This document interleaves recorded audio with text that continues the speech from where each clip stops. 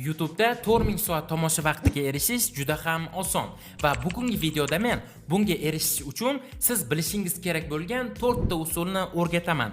Siz yangi YouTuber bo'lsangiz, bu usullarni qo'llab ko'rib, bir oy ichida 4000 soat tomosha vaqtiga erishishingiz va monetizatsiya yoqishingiz mumkin bo'ladi. Agarda tayyor bo'lsangiz, videoni boshladik. Birinchi usul end screendan foydalanish. Bu juda ham oddiy usul. Siz bor yo'g'i bitta funksiyani yoqib qo'ysangiz, bas. Ajablanarlisi shundaki, ko'plab yangi YouTuberlar hali ham bu usulni sinab ko'rishmayapti.